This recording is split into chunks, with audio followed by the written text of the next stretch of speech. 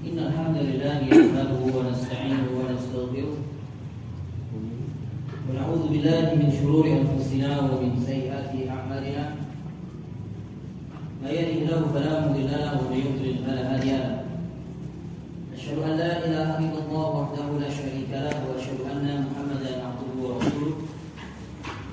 Ya ayyuhalladzina amanu taqullaha haqqa tuqatih wa la tamutunna illa wa antum muslimun. يا أيها الناس اتقوا ربكم الذي خلقكم من نفس واحدة وخلق منها زوجها وبث منهما رجالا كثيرا ونساء واتقوا الله الذي تساءلون به والأرحام إن الله كان عليكم رقيبا. يا أيها الذين آمنوا اتقوا الله وقولوا قولا سديدا يصلح لكم أعمالكم ويغفر لكم ذنوبكم ومن يطع الله ورسوله فقد فاز فوزا عظيما. أما بعد فإن أصدق الحديث كتاب الله خير الهدي هدي محمد صلى الله عليه وسلم شر الأمور محدثاتها وكل محدثة بدعة وكل بدعة ضلالة وكل ضلالة في النار. Masih bab yang ke-16 bahwa Syekh Al-Imam Muhammad bin Abdul Wahhab rahimahullah ta'ala menyatakan bahwa seutama-utama manusia pada umat ini setelah Nabi alaihi salatu wassalam adalah para khalifah sesudahnya, yaitu Abu Bakar, Umar, Utsman dan Ali. Kemudian juga seluruh para sahabatnya radhiyallahu anhum jami'an. Yakni Ahlus Sunnah meyakini bahwa para sahabat adalah sebaik-baiknya manusia generasi umat ini setelah Nabi alaihi salatu wassalam. Sebagian ahli ilmu mengatakan bahwa para sahabat adalah manusia terbaik sepanjang sejarah kehidupan manusia setelah para nabi dan rasul. Dan juga selain itu kemarin kita bahas singgung sedikit bahwa kewajiban seluruh kaum muslimin itu mengikuti sikap dan cara beragama para sahabat radhiyallahu anhum jami'an. Meyakini keyakinan dalam agama seperti apa yang mereka yakini, terus mengamalkan amalia ibadah seperti apa yang mereka amalkan. Bahkan salah satu sumber terbesar terjadinya kesesatan di tengah-tengah umat ini adalah meninggalkan sikap dan cara beragama para sahabat. Tidaklah muncul kesesatan, penyimpangan di dalam beragama di antara umat ini, melainkan salah satu sebab terbesarnya adalah menyalahi sikap dan cara beragama para sahabat radhiyallahu anhum jami'an. Ini merupakan sumber terbesar banyaknya kerusakan, kesesatan di tengah-tengah muslimin. Munculnya bid'ah-bid'ah, munculnya keyakinan-keyakinan yang aneh-aneh di tengah-tengah muslimin. Masya Allah. Dan kemarin juga kita singgung sedikit bahwasanya tidak ada yang membenci para sahabat kecuali orang-orang kafir. Tidak ada yang marah kepada para sahabat kecuali orang kafir, dan tidak ada yang menghina, mencela atau memfitnah para sahabat kecuali orang munafik. Ya, jadi kalau ada seseorang berbicara tentang sahabat atau salah seorang di antara mereka dengan keburukan, maka dia adalah munafik. Ya, dia adalah munafik. Karena Allah dan Rasulnya telah memuji mereka adalah orang-orang yang jujur dari kalangan muhajirin, sementara mereka adalah orang-orang yang beruntung dari kalangan ansor. Sekarang halaman 166. Definisi sahabat. Siapa yang dimaksud sahabat itu? Di sini kita nukilkan perkataan Imam Ahmad dan juga Al-Imam Ibnu Hajar tentang definisi sahabat. Di sini kata Imam Ahmad rahimahullah ta'ala, salah seorang imam di antara imam Ahlus Sunnah, yang dimaksud sahabat adalah kullu man sahibahu, setiap orang yang pernah bersahabat dengan Nabi SAW sanatan, apakah itu 1 tahun, au syahron, ataukah bersahabat dengan Nabi hanya 1 bulan, au yauman, atau bahkan 1 hari, au sa'atan, atau bahkan hanya sesaat, au ra'ahu, atau bahkan hanya sekedar pernah melihat Nabi. Tentunya dia dalam keadaan beriman sampai dia meninggal dunia. Itu ya. Kalau di awal dia beriman, namun di akhir-akhirnya dia meninggalkan keimanan dan keislaman, maka bukan sahabat. Ya, seperti siapa contohnya? Orang yang pernah menyatakan masuk Islam, pernah berjumpa dengan Nabi, lalu dia keluar dari Islam. Siapa? Musailamah Al-Kadzdzab. Ya, ini awal-awalnya sebelum dia mengaku sebagai Nabi, ini masuk Islam. Musailamah ini, Masya Allah. Kemudian Musailamah ini diikuti oleh muridnya, Rajal bin Unfuah. Rajal pun juga demikian. Bahkan dia pernah duduk di majelis Nabi alaihi salatu wasallam, duduk di pengajiannya Nabi. Ketika itu Nabi sallallahu alaihi wasallam menceritakan tentang penghuni neraka yang giginya itu sebesar gunung Uhud. Masya Allah. Dan beliau mengkabarkan ketika di majelis itu ada salah seorang di antara kalian yang akan menjadi penghuninya. Masya Allah. Salah satunya Rajal bin Unfuah, karena dia murtad mengikuti agama Musailamah yang mengaku sebagai nabi baru. Oleh karena itu dijuluki dengan Al-Kadzdzab, pembohong, pendusta. Ini disebabkan Rajal bin Unfuah ingin mendakwai Musailamah agar kembali kepada Islam.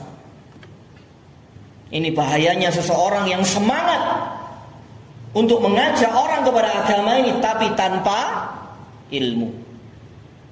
Bukan dia yang mendakwai, tapi dia yang didakwai. Ini ya. Ini juga merupakan salah satu prinsip di antara prinsip agama Islam yang sangat besar, yang mana prinsip ini hampir musnah zaman kita sekarang. Yaitu tidak bolehnya seorang muslim sunni ahlu sunnah itu duduk di majelisnya ahli bidah. Gak boleh sama sekali.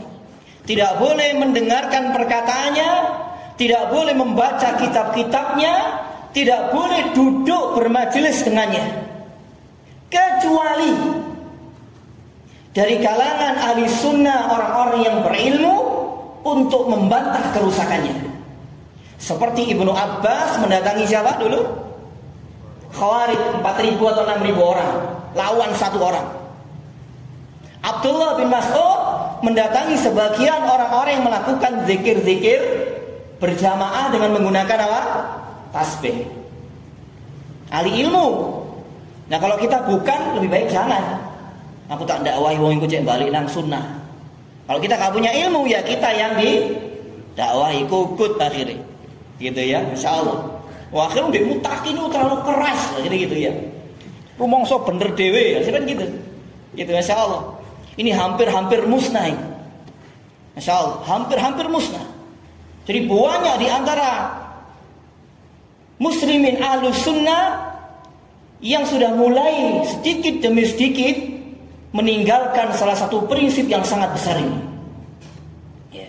Padahal ini merupakan prinsip para sahabat, prinsip para imam ahlus sunnah, tabi'in, tabi'ut tabi'in, dan semua para imam ahlus sunnah menjelaskan prinsip yang besar ini. Larangan haram bagi kaum muslimin ahlus sunnah, khususnya bagi orang-orang yang belum mapan ilmunya. Jangan sampai mereka mendengarkan ahli bid'ah, membaca kitab-kitab ahli bid'ah, atau duduk di majelisnya ahli bid'ah. Masya Allah. Maka ketika hal ini disampaikan kepada sebagian muslimin, ini dianggap apa? Keras, rumongso bener, dewe, begitu, masya Allah.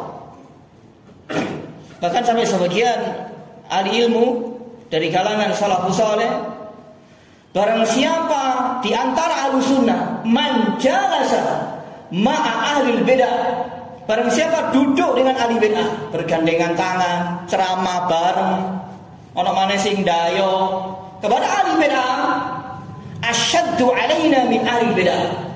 Orang kayak gini ini lebih berbahaya bagi kita ahlu sunnah daripada ahli bid'ah itu sendiri. Sampai kayak gitu perkataan. Nanti akan kita sebutkan di bab-bab akhir ya, di bab masalah bid'ah. Prinsip yang hampir-hampir musnah di tengah-tengah muslimin ahlu sunnah. Ya kalau di zaman kita sekarang di tengah-tengah salafiyin. Ya. Wallahul musta'an. Padahal itu merupakan prinsip yang sangat besar. Karena di antara salah satu sebab, salah satu hikmah dilarangnya kita duduk mendengarkan, termasuk ini ya, termasuk pakai HP di YouTube atau di apalah wis ya. Itu ndelok anteng mandu-mandu gitu gak boleh sebenarnya secara hukum asal. Gitu. Karena di antara salah satu hikmahnya, orang-orang atau ahli bid'ah, orang-orang yang menyimpang di antara umat ini itu tidak memerangi muslimin ahlus sunnah secara fisik, tapi mereka memerangi ahlus sunnah secara apa kira-kira? Batin. Yang dirusak apanya muslimin ahlus sunnah? Hatinya, akidahnya. Oleh karena itu sebagian ulama mengatakan dari satu sisi ahli bid'ah ini lebih berbahaya terhadap muslimin daripada Yahudi dan Nasrani. Kalau Yahudi Nasrani memerangi kaum muslimin, apa yang diperangi oleh Yahudi Nasrani? Yang dihancurkan Yahudi Nasrani muslimin apanya? Fisiknya. Kalau seandainya fisiknya dihancurkan oleh orang-orang Yahudi Nasrani, tapi mereka tetap di atas iman, di atas Islam, di atas akidah yang hak, nanti mereka akan selamat di hadapan Allah. Tapi kalau ahli bid'ah apa yang diperangi? Hati. Dirusak hatinya, dirusak keyakinan kaum muslimin agar meyakini keyakinan-keyakinan yang batil. Masya Allah. Oleh karena itu para imam kita sepakat, sampai dinukil oleh Imam Ibnu Muflih dari perkataan Imam Ibnu Qudamah, para salaf sepakat gak boleh muslimin duduk mendengarkan ahli bid'ah, termasuk membaca kitab-kitabnya. Ini sekarang kalau zaman kita sekarang ini masuk ini di YouTube ini. Itu ya, masya Allah. Akhirnya harus kena ya, sudah kena terpengaruh dengan ahli bid'ah, masya Allah. Nanti akhirnya menyalahkan yang benar. Oh tiba ini bono rumong so bener dewe, kuabeh disalahno gitu ya, masya Allah. Akhirnya gitu, karena gak punya prinsip orang kayak gitu, gak punya prinsip, masya Allah. Bukankah Nabi kita SAW mengatakan dalam hadis yang hasan kurang lebihnya, bahwa beliau telah mengkhabarkan bahwa umat ini, sebagian di antara umat beliau yang hidup di atas sunnah itu seperti menggenggam bara api. Ya gitulah, panas gitu. Nah kembali ke sini. Jadi bahaya, gak boleh duduk dengan ahli bid'ah. Duduk dengan ahli bid'ah. Itu akibatnya rojal tadi. Katut dengan Musailamah Al-Kadzdzab. Terus siapa yang membunuh Ali? Ada yang tahu siapa yang membunuh Ali bin Abi Thalib? Yang membunuh Ali? Tidak ada yang tahu. Yang menebas pelipisnya Ali ketika mau berangkat salat subuh. Ini seorang qurra di zaman Umar. Kira-kira siapa? Tidak ada yang tahu siapa? Ibnu Muljam, Abdurrahman bin Muljam. Ini diberikan rekomendasi tazkiyah oleh Umar untuk berangkat ke Syam atau kemana, untuk mengajarkan Quran kepada muslimin. Abdurrahman bin Muljam ini. Lalu dia mengirim surat kepada gubernur saat itu, gubernur setempat, bahwa Abdurrahman bin Muljam, seseorang yang soleh, yang baik, aku kirim kepadamu untuk mengajarkan muslimin Quran di sana. Masya Allah. Ternyata Abdurrahman bin Muljam ini suka bergaul dengan orang-orang Khawarij. Akhirnya terpengaruh dengan pemikiran Khawarij, dan pada puncaknya dia menghalalkan darah Ali bin Abi Thalib. Seorang Qurra'i berarti hafal Quran. Ya, lagi ini lah si kul ya. Itu ya. Masya Allah, hafal Quran ini. Itu terpengaruh dengan orang-orang Khawarij. Lalu dia tertarik dengan seorang wanita yang sangat cantik dari kalangan Khawarij yang begitu membenci Ali bin Abi Thalib. Pasti sekelopaknya. Ya, Masya Allah. Akhirnya pada puncaknya menjelang sholat subuh, ketika Ali bin Abi Thalib dalam perjalanan menuju masjid, tiba-tiba muncul Abdurrahman bin Muljam menebas pelipis Ali bin Abi Thalib hingga meninggal dunia. Insya Allah, ini bahayanya. Jadi gak boleh ngambil ilmu sembarangan, ini gak boleh. Ambil baiknya, buang buruknya tidak ada dalam Islam, tidak ada. Itu khusus untuk siapa? Ambil baiknya, buang buruknya ahli ilmu. Ya kalau kayak kita ini gak pantas belas ngomong kayak gitu. Quran gak hafal, bahasa Arab gak ngerti, hadis liane kullu bid'atin dhalalah. Ya gak?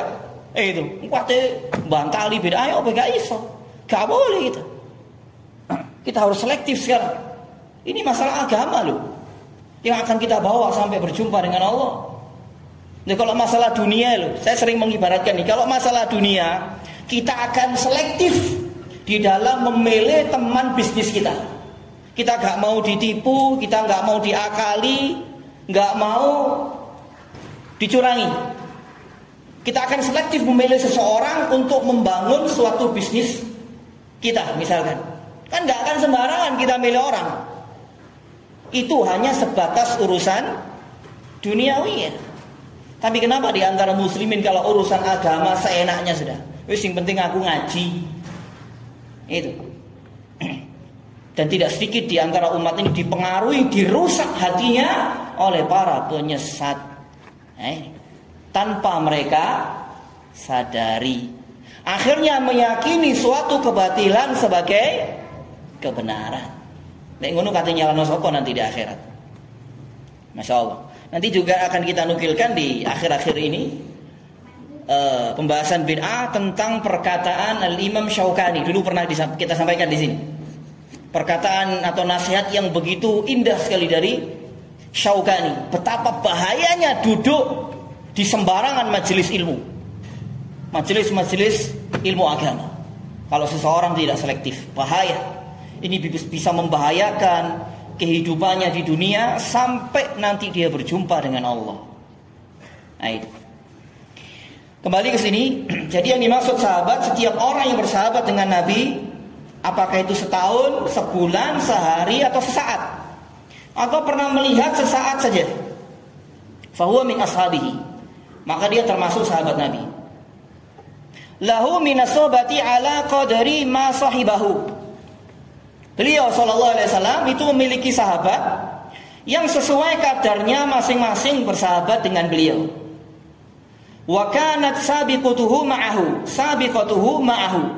Dan ada yang lebih dahulu bersama beliau, wa sami'a minhu, dan mendengarkan dari beliau, wa nadhara ilaihi, dan memandang beliau nadhratan. Memandang beliau. Ya seperti Abu Bakar, Umar, Khulafaur Rasyidin, atau 10 sahabat yang dijamin masuk surga. Fa'adanahum suhbatan huwa afdalu minal qarni alladhi lam yarauhu. Maka di antara yang paling bawah dari kalangan para sahabat, maka mereka yang paling bawah ini kedudukannya di antara sahabat itu lebih afdal dibandingkan dengan generasi setelahnya yang sama sekali tidak pernah melihat Nabi. Masya Allah. Jadi para sahabat ini seafdal-afdalnya manusia setelah para Nabi dan Rasul. Meskipun di antara mereka hanya pernah berjumpa dengan Nabi hanya sesaat, namun dia meninggal dalam kondisi iman dan Islam, maka dia dikatakan sahabat. Masya Allah. Kemudian juga di sini kita nukilkan perkataan Al-Hafidz Ibnu Hajar yang mendefinisikan definisi sahabat. Beliau mengatakan, man laqiyan nabiyya sallallahu alaihi wasallam fi hayatihi musliman wa mata ala islamihi. Seseorang yang pernah berjumpa dengan Nabi SAW pada masa hidupnya dalam keadaan Islam dan wafat di atas keislamannya. Jadi sampai meninggal dia Islam. Sampai meninggal dia Islam. Maka ini termasuk sahabat. Tidak termasuk sahabat adalah seseorang yang hidup pada masa beliau SAW dalam keadaan Muslim, wafat di atas keislamannya, namun tidak pernah berjumpa sama sekali dengan Nabi SAW. Seperti Uwais Al-Qarni. Orang dari mana ini? Dari Yaman. Ini hidup pada masa Nabi, satu zaman dengan Nabi, tapi nggak pernah sama sekali berjumpa dengan Nabi. Pernah mendatangi rumah Nabi SAW ketika itu beliau tidak ada di rumah, sedang berperang bersama para sahabat. Masya Allah. Ya, kalau yang seperti ini tidak dikatakan sahabat, tapi dikatakan sebagai tabi'in. Tabi'in. Tetap kedudukannya lebih mulia sahabat. Meskipun Uwais Al-Qarni ada nas tersendiri dari Nabi bahwa beliau mendapatkan pujian yang sangat besar. Orang yang asing di bumi, namun orang yang terkenal di langit. Orang yang sangat luar biasa baktinya kepada ibunya. Insya Allah. Terus kemudian maka kesimpulannya secara ringkas adalah bahwa yang dikatakan sahabat itu adalah orang yang hidup berjumpa dengan beliau SAW dalam keadaan beriman kepada beliau, mengikuti syariat beliau, pernah bermajelis bersama beliau walaupun hanya sesaat, atau mendengarkan sabda beliau walaupun hanya sekali, dan mati dalam keadaan beriman dan Islam. Maka itu sahabat. Masuk ke dalam keumuman ayat radhiyallahu anhum wa radwan. Dan setiap orang setelah generasi para sahabat dari kalangan tabi'in dan seterusnya dari masa ke masa hingga hari ini, dan bahkan hingga datangnya hari kiamat, yang muslim dan beriman dengan risalah yang dibawa oleh Nabi SAW, berjumpa dengan Allah dengan semua amal soleh seperti kita ini, maka para sahabat radhiyallahu anhum lebih utama dari amalan mereka semua.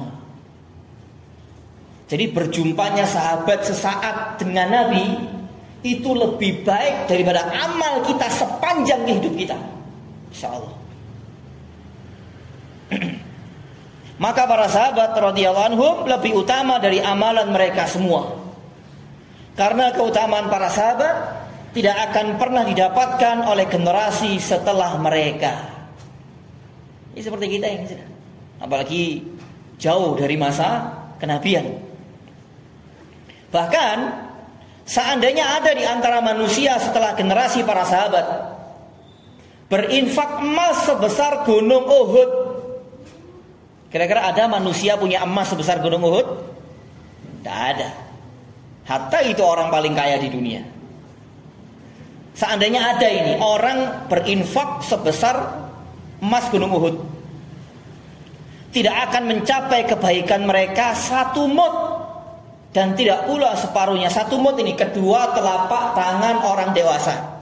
Kalau setengah berarti satu telapak tangan. Masya Allah. Kita, salah seorang di antara kita berinfak emas sebesar gunung Uhud, sementara para sahabat berinfak satu tangan gandum, itu tidak akan mencapai kebaikan sahabat. Insya Allah. Manusia terbaik di antara umat ini setelah Nabi alaihi salatu wassalam. Dalam hadis yang sahih sebagaimana riwayat Bukhari Muslim, Nabi SAW bersabda, "La tasubbu ashabi." Jangan kalian mencaci para sahabatku. Tidak ada yang mencaci kecuali orang munafik, zindik. Falau anna ahadakum anfaqa mithla Uhudin zahaban. Seandainya salah seorang di antara kalian menginfakkan emas sebesar gunung Uhud, insyaallah, ma balagha mudda ahadihim wala nasifahu, maka tidak akan mencapai satu mud kebaikan dari salah seorang di antara mereka, dan tidak pula separuhnya. Apa yang mungkin kita sombongkan dari para sahabat ini? Masya Allah. Sudah tidak ada jalan lain bagi kita kecuali kita mengikuti para sahabat di dalam beragama, agar Allah Subhanahu wa taala memasukkan kita ke dalam surga bersama mereka. Dan begitu. Tapi betapa banyaknya orang-orang yang menyombongkan diri dari para sahabat, tidak mau mengikuti sikap dan cara beragama mereka. Kemudian Abdullah bin Umar radhiyallahu anhu pernah mengatakan, la tasubbu ashaba Muhammadin, jangan kalian pernah mencaci maki para sahabat Muhammad Rasulullah sallallahu alaihi wasallam. Fala maqamu ahadihim sa'atan khairun min amali ahadikum umrahu. Sungguh kedudukan mereka sesaat saja bersama Nabi itu lebih baik daripada amalan kalian sepanjang umurnya. Insyaallah. Ini para sahabat radhiyallahu anhum jami'an. Itu diantara sedikit tentang para sahabat. Sekarang kita akan membahas urutan kekhalifahan setelah wafatnya Rasulullah SAW. Ini termasuk bab di dalam permasalahan akidah yang dimasukkan oleh para ulama dalam kitab-kitab akidah mereka. Karena hal ini telah diselisihi oleh orang-orang Rafidhah, oleh orang-orang Rafidhah Syiah yang telah mengingkari kekhalifahan 3 awal setelah Nabi alaihi salatu wasallam, Abu Bakar, Umar, Utsman. Masyaallah. Nah, di sini kita sebutkan yang pertama Abu Bakar As-Siddiq. Ini kita sebutkan semua ada nasnya berdasarkan hadis-hadis yang sahih. Para ulama menjelaskan bahwa kekhalifahan Abu Bakar As-Siddiq telah diisyaratkan dengan beberapa nas. Di antaranya di sini kita sebutkan beberapa dalil di sini. Ketika ada seorang wanita mengatakan kepada Nabi SAW, jika aku tidak menjumpaimu kembali atau kamu sudah wafat, aku harus menemui siapa? Maka Nabi SAW mengatakan, illam tajidini fa'ti Abu Bakrin. Jika engkau tidak menjumpaiku lagi, maka datangilah Abu Bakar. Nah, di sini Bukhari Muslim gitu ya, semuanya. Dalam hadis yang lainnya dari Ummul Mukminin Aisyah radhiyallahu anha, dia berkata, ini langsung kita terjemahkan aja.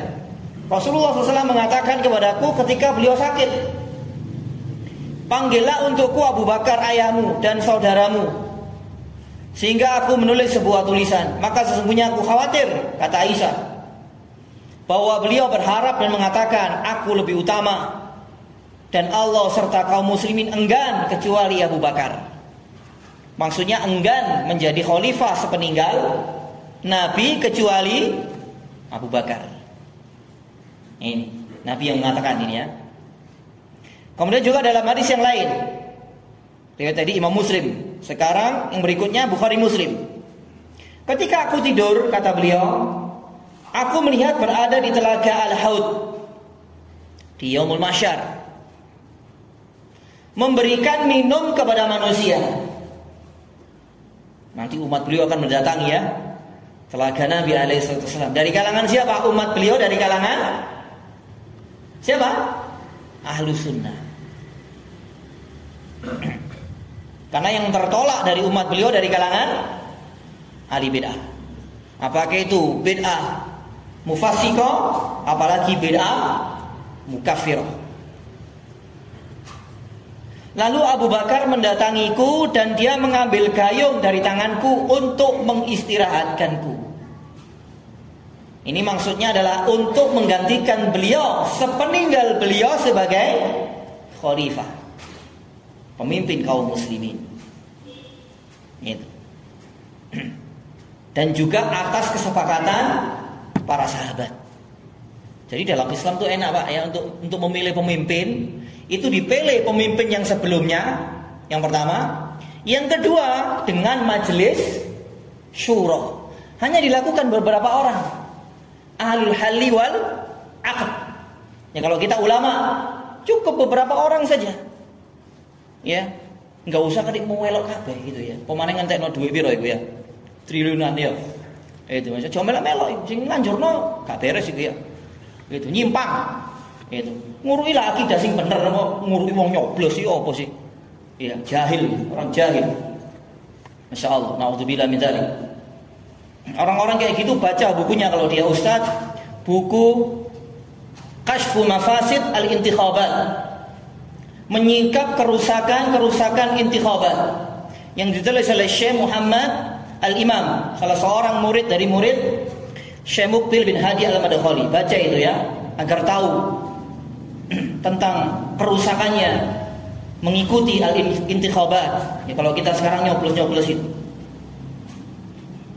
Penulis itu menyebutkan 45 kerusakan. Kerusakan yang pertama itu disebutkan syirik besar. Syirik taat, yaitu mentaati sistem orang-orang kufar untuk menentukan sebuah pilihan. Dan kerusakan-kerusakan yang lainnya. Masya Allah, kok ono ustaz hari ini ustaz Ahlussunnah kok nganjur ngono iki opo lah.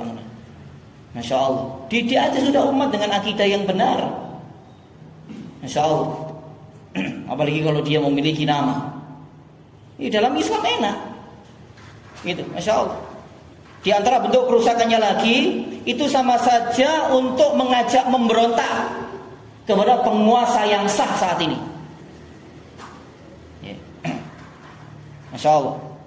Itu sama saja mengatakan pilih yang ini, turunkan yang sekarang. Dalam Islam dinamakan apa ini? Hah? Sing banter apa kok wedi ngono? Berontak. Itu. Sementara Islam itu sangat mengharamkan memberontak. Dulu pernah kita bahas panjang lebar di bab 23 ya. Kewajiban seorang muslim mendengar dan taat kepada pemimpin dalam hal yang ma'ruf serta sabar atas kezalimannya. Walaupun dipukul punggungmu dan dirampas hartamu. Fasma' wa ati, kata Nabi. Dengar dan taat. Ya.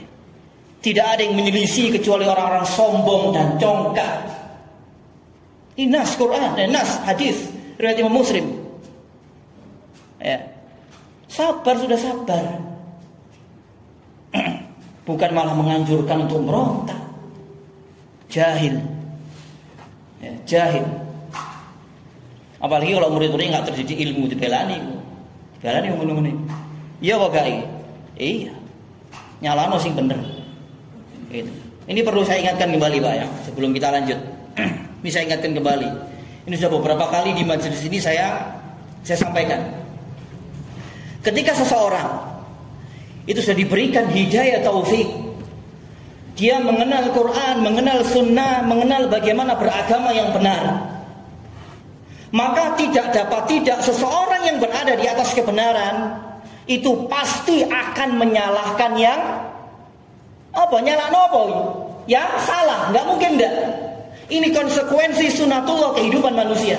Kalau seseorang berada di atas kebenaran, mesti nyalahno sing salah, pasti menyalahkan yang batil, tidak dapat tidak. Menyalahkan sesuatu yang dia yakini, menyalahi Al-Quran dan Sunnah. Ini batil, ini syirik, ini bid'ah, ini sesat, tidak dapat tidak. Begitulah seluruh para nabi diutus oleh Allah Subhanahu wa taala. Mereka semua menyalahkan yang batil. Mendakwakan tauhid, menyalahkan syirik. Mendakwakan iman, menyalahkan kekufuran. Begitu juga sebaliknya. Seseorang yang berada di atas kebatilan, di atas penyimpangan dalam beragama, dan dia bela, tidak dapat tidak, pasti dia akan menyalahkan yang benar. Kalau seseorang berada di atas syirik, di atas bid'ah, di atas penyimpangan, kesesatan dalam beragama, tidak dapat tidak, pasti dia akan menyalahkan yang benar. Kalau seseorang sudah menyalahkan yang benar, nanti ujungnya menyalahkan siapa? Ayo dijawab ini siapa? Saya tanya, ujungnya menyalahkan siapa? Allah dan Rasulnya. Allah dan Rasulnya. Masya Allah. Ini loh bahaya ya, kita nggak boleh sesat itu. Kita wajib berpegang teguh dengan agama ini sampai diwafatkan oleh Allah. Ini bukan keras ya, tapi tegas. Gitu. Saya memang di mana-mana nyampe nong ini dianggap itu ustaz keras, ustaz rumangsa bener dewe. Itu Masya Allah. Tapi setelah saya telusuri, ternyata orang-orang kayak gini hakikatnya menyalahkan Allah dan Rasulnya. Ya, menyalahkan Allah dan Rasulnya. Mungkin awalnya saya disalahkan, ya, tapi nanti akan menyalahkan kepada apa yang saya sampaikan dari Al-Quran dan Sunnah. Lah kalau menyalahkan apa yang saya sampaikan, berarti menyalahkan siapa? Allah dan Rasulnya. Itu bahaya. Kalau menyalahkan kita tidak ada masalah. Ya, engkau nak hitungan dewi hisabnya sendiri pada hari kiamat. Tapi kalau sudah menyalahkan, membantah Allah dan Rasulnya, ini berat konsekuensinya. Nah ini, Masya Allah. Oleh karena itu kita harus teguh pendirian dalam agama ini. Teguh pendirian. Memang bagi orang-orang yang tidak pernah mendengarkan ketegasan dalam masalah ilmu, masalah akidah, masalah tauhid, mungkin awal menganggap keras, menganggap sok benar, ya wajar. Itu. Apalagi ndelok ngajine ndelok di YouTube gitu ya. Gitu, sing wake guyon gitu loh. Ya. Sing golek sing enak gitu, pengajian kok golek sing enak. Lek panganan sing enak gitu loh ya. Lek pengajian nih golek sing bener yang bisa mengantarkan kita kemana? Ke surga. Tujuan kita kan ke surga. Itu. Kok enak kira ndelok iki lho kok enake. Digolek sing bener lah. Itu. Kok iki enak ya kok koyo cekakaan kabeh semuanya, kok iso guyu-guyu lucu gitu. Masya Allah. Ada enggak orang-orang yang dikatakan dai seperti itu? Bahkan berjam-jam loh isinya mek cekakaan tok, gak ono qala Allah wa qala Rasul wa qala sahabat, nol, nihil. Ya, cuman gak perlu tak sebut dah permisalane wong ya. Itu Masya Allah, wakai kan di YouTube ini. Tidak pernah mengajarkan manusia tauhid, tidak pernah mengajarkan syirik, macam-macam syirik. Tidak pernah mengajarkan bagaimana ittiba'us sunnah, mengikuti sunnah, menjelaskan kepada manusia bahayanya bid'ah. Ada. Kecuali sedikit di antara mereka. Masya Allah. Ini bahayanya kalau seseorang tidak betul-betul berpegang teguh dengan agama ini. Ini sudah sunnatullah kehidupan manusia. Kalau orang benar mesti nyalon sing salah, sing salah mesti nyalon sing benar. Tidak dapat tidak. Gitu. Tidak dapat tidak. Masya Allah. Seperti penulis kitab ini, Syekh Muhammad bin Abdul Wahab. Mereka memfitnah Wahabi, haus darah, dan yang semisalnya. Sebenarnya hakikatnya yang mereka bantai itu bukan syekhnya sendiri, tapi ajaran syekh yang syekh dakwahkan. Disebabkan mengikuti dakwah siapa? Nabi SAW.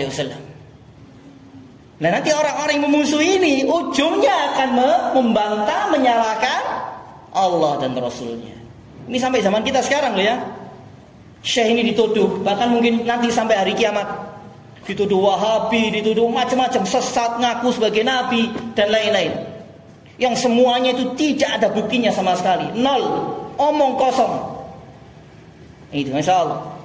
Makanya saya sendiri itu banyak membaca kitab-kitab beliau. Banyak membaca kitab-kitab beliau. Jadi semua yang dituduhkan itu kok gak ono tak goleki. Katanya beliau sesat, membawa paham baru, mazhab baru, loh kok kano kabeh. Justru sesuai dengan akidah para salaf terdahulu. Salah satunya kitab ini. Itu, Masya Allah. Ini yang harus kita perhatikan. Kewajiban kita pegang erat syariat ini. Tidak terpengaruh, tidak goyah dengan siapapun yang menyalahinya. Itu. Jadi coba dianggap keras gitu ya. Gak usah dianggap keras saya. Masya Allah. Oleh ketemu wong ya guyu biasa kok ya. Lek ceramah kudu banter gitu ya. Masya Allah. Ngaco turu gitu ya. Itu ya, kita lanjutkan. Terus kemudian hadis-hadis ini merupakan isyarat dari Nabi SAW bahwa khalifah pertama sepeninggal beliau adalah Abu Bakar As-Siddiq. Ya, Abu Bakar As-Siddiq. Dan juga beberapa hadis-hadis yang lainnya. Ini kita singkat saja. Bisa dibaca sendiri bagi yang punya kitabnya. Beberapa hadis kita sebutkan di situ. Sekarang kita langsung meloncat ke Khalifah Umar bin Khattab. Ini sekalian kita selesaikan. Nabi SAW bersabda, ketika aku tidur,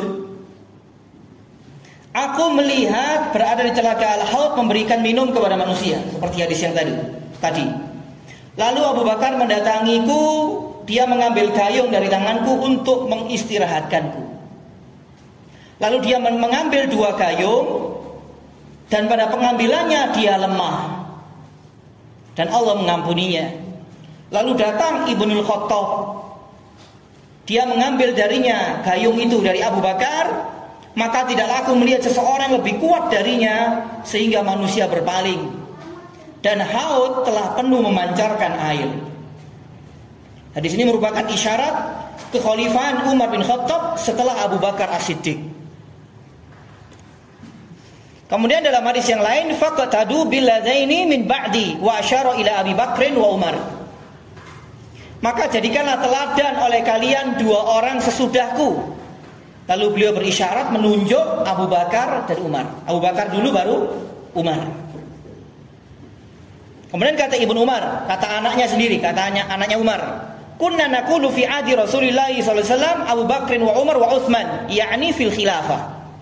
Adalah kami para sahabat mengatakan pada masa Rasulullah SAW, Abu Bakar, Umar dan Utsman dalam urutan khalifah.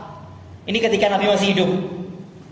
Dalam redaksi yang lain milik Al-Imam Ibnu Abi Asim dalam kitabnya As-Sunnah, kata Ibnu Umar, fayabalughu dzalikan nabiyya sallallahu alaihi wasallam fala yunkiruhu. Yang demikian itu sampailah berita itu kepada Nabi sallallahu alaihi wasallam tentang urutan khalifah itu. Fala yunkiruhu, maka beliau tidak mengingkarinya. Jadi memberikan persetujuan untuk membantah orang-orang Rafidhah. Kemudian dari ucapan Ibnu Umar menunjukkan adanya ijma, kesepakatan para sahabat tentang urutan kekhalifahan sepeninggal Nabi. Dan itu tidak diingkari oleh Nabi ketika beliau masih hidup. Kemudian yang ketiga, kekhalifahan Utsman bin Affan radhiyallahu taala anhu. Di antara dalilnya Bukhari Muslim, ketika Rasulullah SAW berada di salah satu taman dari taman-taman kota Madinah, dan beliau dalam keadaan bersandar sambil menancapkan tongkatnya, jadi sambil duduk bersandar. Beliau berada di antara air dan pohon tin. Kemudian ada seseorang yang meminta dibukakan pintu. Jadi taman ada pintunya. Dan beliau bersabda, bukalah dan kabarkan dia dengan surga. Kemudian Abu Musa yang menceritakan kisah ini, Abu Musa Al-Asy'ari, Fa'idha Abu Bakrin, ternyata ketika aku buka, yang pertama kali masuk adalah Abu Bakar. Lalu aku membuka pintu untuknya dan aku kabarkan kepadanya dengan surga. Ketika masih hidup ini ya, Masya Allah, dijamin masuk surga. Abu Bakar As-Siddiq sebaik-baiknya sahabat di antara seluruh sahabat. Kemudian ada seseorang yang lain meminta untuk dibukakan pintu. Lalu beliau bersabda kembali. Jadi Abu Bakar gabung bersama Nabi, duduk. Kemudian ada lagi yang masuk. Lalu beliau mengatakan, bukalah pintunya dan kabarkan kepadanya dengan surga. Lalu Abu Musa mengatakan, ternyata itu adalah Umar. Maka aku membuka pintu untuknya dan aku kabarkan kepadanya surga. Masya Allah ya. Maka aku membuka pintu untuknya, aku kabarkan surga kepadanya. Kemudian ada seseorang yang lain meminta untuk dibukakan pintu. Lalu duduklah Nabi SAW dan beliau bersabda, bukalah pintunya dan kabarkan kepadanya dengan surga dan musibah yang akan menimpanya. Siapa kira-kira? Utsman. Masya Allah. Musibah apa di sini yang dimaksud? Terbunuhnya Utsman. Ketika rumahnya di apa jenenge? Di demo. Ojo langkut tersinggung. Itu dia Pak. Nek ngarani berontak ya. Berontak. Ketika Utsman membaca mushaf Al-Quran. Lalu ditebaslah oleh para pemberontak itu Utsman bin Affan. Masya Allah. Jadi berontak ini bukan sunnahnya Ahlus Sunnah, bukan. Kita lanjutkan sedikit. dan musibah yang akan menimpanya. Ini Bukhari Muslim ini ya. Lalu Abu Musa mengatakan, maka aku buka, ternyata itu adalah Utsman, dan aku kabarkan kepadanya surga. Masya Allah. Ya mungkin azan dulu sebelum kita lanjutkan.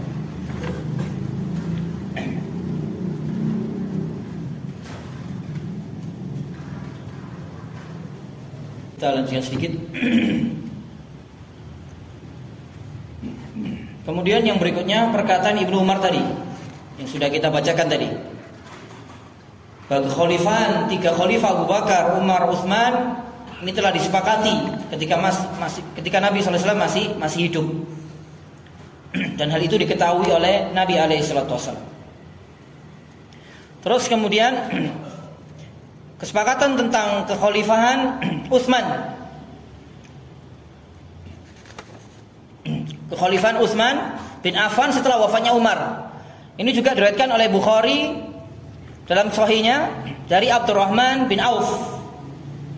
Ketika itu berkumpul majelis syura beberapa sahabat, termasuk di dalamnya ada Utsman, ada Abdurrahman bin Auf. Bermusyawarah mereka. Kemudian Abdurrahman bin Auf mengatakan, "Irfa' yadaka ya Utsman." Angkat tanganmu wahai Utsman, fabaya'ahu. Lalu dia membaiat Utsman untuk menjadi sebagai pemimpin. Fabaya'alahu Aliyun. Maka Ali pun ikut membaiat Utsman. Wa walaja ahlu Badr ahlu dari fabaya'uhu. Lalu orang-orang yang ada di tempat itu ikut membaiat Utsman. Jadi di sini juga terdapat kesepakatan pada masa Utsman di antara para sahabat untuk menjadikan Utsman, membaiat Utsman sebagai khalifah. Ini.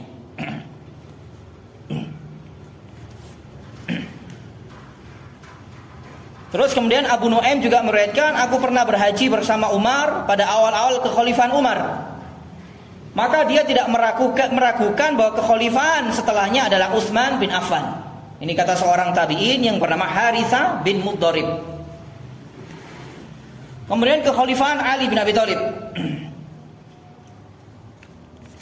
Di antara dalil kekhalifahan Ali bin Abi Thalib setelah 3 khalifah yang sebelumnya, sebagaimana riwayat dari Sa'id bin Jumhan dari Safinah, dia mengatakan Nabi SAW bersabda, al-khilafatu fi ummati 30 sanatan summa mulkun ba'da dzalik.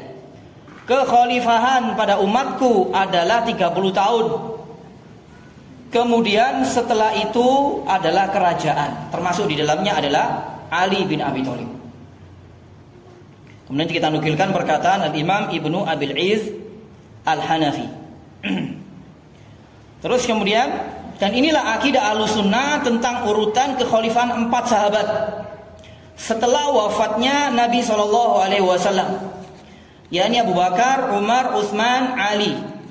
Dan tidak ada yang mengingkari kecuali orang yang telah menyimpang dari kalangan ahli bid'ah. Terakhir kita nukilkan perkataan Syekhul Islam Ibnu Taimiyah rahimahullah taala dalam Majmu' Fatawa.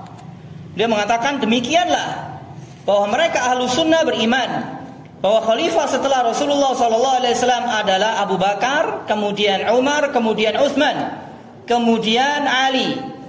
Dan barang siapa yang mencela kekhalifahan salah seorang di antara mereka, maka dia lebih sesat daripada keledai pemiliknya. Masyaallah, sampai kayak gitu.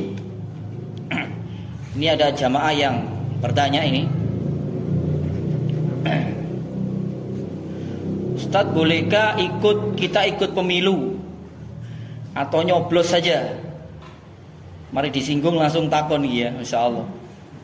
Panas ya gitu ya, Masya Allah. Sebentar, ini pernah saya tulis. Mohon sabar. Secara hukum ini hukumnya haram. Ya, ikut pemilu itu hukumnya haram. Ini bagi yang bisa membaca kitab, bisa beli bukunya atau download di Google ya. Kashfu Mafasid Al-Intikhabat, bahasa Arab, yang ditulis oleh Syekh Muhammad Al-Imam, salah seorang murid dari Syekh Muqbil bin Hadi Al-Madkhali rahimahullah ta'ala. Ini catatan saya hilang ini ya, Masya Allah. Jadi intinya tidak boleh secara mutlak Ya, karena pemilihan yang seperti itu bukan dari syariat Islam. Karena seperti yang kita sampaikan tadi, syariat Islam ya seperti dulu di awal-awal negeri kita dibangun. Jadi pemimpin itu dipilih oleh pemimpin yang sebelumnya. Yang pertama. Yang kedua, dengan adanya majelis syura dari kalangan ahli ilmu. Ini yang kedua yang disyariatkan. Namun seandainya ada cara-cara yang lain, ada cara-cara pemilihan yang lain yang tidak sesuai dengan syariat, maka kita tidak boleh mengikutinya. Kita tidak boleh mengikutinya, termasuk pemilu. Mungkin pertemuan berikutnya kita jelaskan definisinya dan juga beberapa kerusakannya. Dalam kitab itu disebutkan 45 kerusakan tentang pemilu. Salah satunya syirik besar. Salah satunya syirik besar, karena ini merupakan salah satu sistem yang diadopsi dari mana? Dari negeri-negeri kufar. Itu. Kita tidak boleh mentaati orang-orang kufar. Itu. Jadi dengan cara pemilihan menyalahi kedua ini, kita tidak mengikutinya, termasuk ini yang ditanyakan. Apakah itu nyoblos atau apalah, berontak dengan misalnya. Tapi seandainya cara kepemimpinan didapatkan dengan selain yang tidak disyariatkan tadi, menjadi pemimpin, maka wajib ditaati. Karena sebagian ada orang yang nyinyir, ngomong salafi kok wong bingung, pemilu gak melok tapi hasil pemilu ditaati. Ya ini jawabannya. Dulu pernah kita bahas. Nabi SAW mengatakan, tetap kamu mendengar kepada pemimpin meskipun dipimpin oleh seorang budak. Budak itu tidak akan bisa mendapatkan kepemimpinan secara sah kecuali dengan cara-cara yang batil, cara-cara yang haram, menghalalkan segala cara seperti memberontak. Tapi seandainya budak ini jadi pemimpin, maka Nabi tetap memerintahkan kepada kita fasma wa ati, mendengar dan taat. Dulu kita sudah panjang lebar membahas masalah itu. Jadi untuk pemilu ini haram hukumnya. Tidak boleh orang-orang yang berada di atas akidah salaf, bermanhaj salaf, ikut-ikutan pemilu. Ya, ikut-ikutan pemilu. Haram hukumnya. Insya Allah pertemuan yang berikutnya akan kita jelaskan apa itu pemilu dan juga beberapa kerusakannya. Salah satunya syirik besar, diantaranya juga melakukan pemberontakan kepada pemerintah yang sah saat ini. Ya, beliau kiai iki dokno sama saja memberontak. Sementara ahlu sunnah berakidah mendengar dan taat kepada pemimpin yang sah dalam hal yang ma'ruf, sabar terhadap kezaliman mereka, tidak memburuk, tidak membicarakan dan tidak mencela keburukan mereka di hadapan umum, di podium-podium, mendoakan kebaikan untuk mereka. Mendoakan kebaikan untuk mereka. Ini ahlu sunnah. Serta sabar atas kezaliman mereka. Itu bisa dibaca lagi bagi yang punya kitab di bab keberapa itu? Dulu bab yang ke-23, halaman 243. Itu kita jelaskan secara komplit dan terperinci. Wajib kita sabar seandainya pemimpin zalim. Tidak boleh mencela, menghina, mendoakan keburukan. Itu bukan ciri ahlus sunnah. Jadi kalau ada orang mencela penguasa, menjelek-jelekkan penguasa, maka ketahuilah bahwa dia adalah ahli bid'ah menyimpang. Ini. Kan ini prinsip yang hampir-hampir jarang disampaikan. Padahal hadisnya bertebaran begitu banyak dalam kitab-kitab hadis sahih. Kutubus Sittah, Bukhari, Muslim, Abu Dawud, Tirmidzi, Nasa'i, Ibnu Majah dan lain-lain. Ini merupakan prinsip yang sangat besar. Prinsip yang sangat besar. Maka nasihat saya bagi diri saya sendiri dan para jamaah, untuk nanti ya yang ditanyakan ini kita nggak usah ikut-ikutan. Kita nggak usah ikut-ikutan kecuali apabila kita dipaksa mau disembelih baru kita ikut. Ya, makanya keliru juga orang yang mengatakan dengan kaedah pilih dua kemudaratan dari yang paling ringan. Pernah dengar ini? Irtikab akhaf ad-dararain. Ini keliru, salah paham. Kaidah ini hanya ditujukan kepada orang-orang yang mendapati dua kemudaratan, maka dia dipilih untuk memilih mudarat yang paling ringan. Nah, sementara kita gak milih apa mudarate. Kalau di negeri kita ini loh, kira-kira mudaratnya apa kita gak milih? Mau disembelih? Kan ya ora. Aman, pemerintah juga tidak memaksa kita. Itu. Ini gak bener yang membawakan kaidah kayak gitu. Akhirnya maksa wong untuk milih sing iki.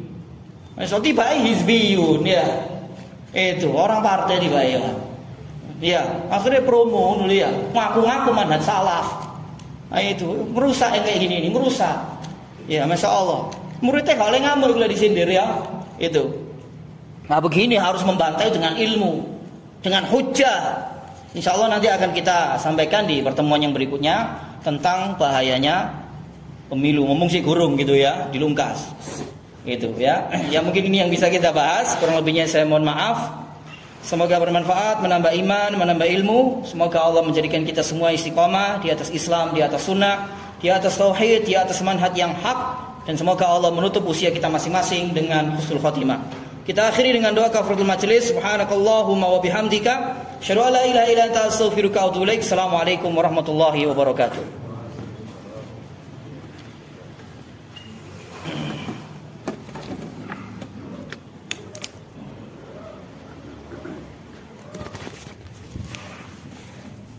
Beli.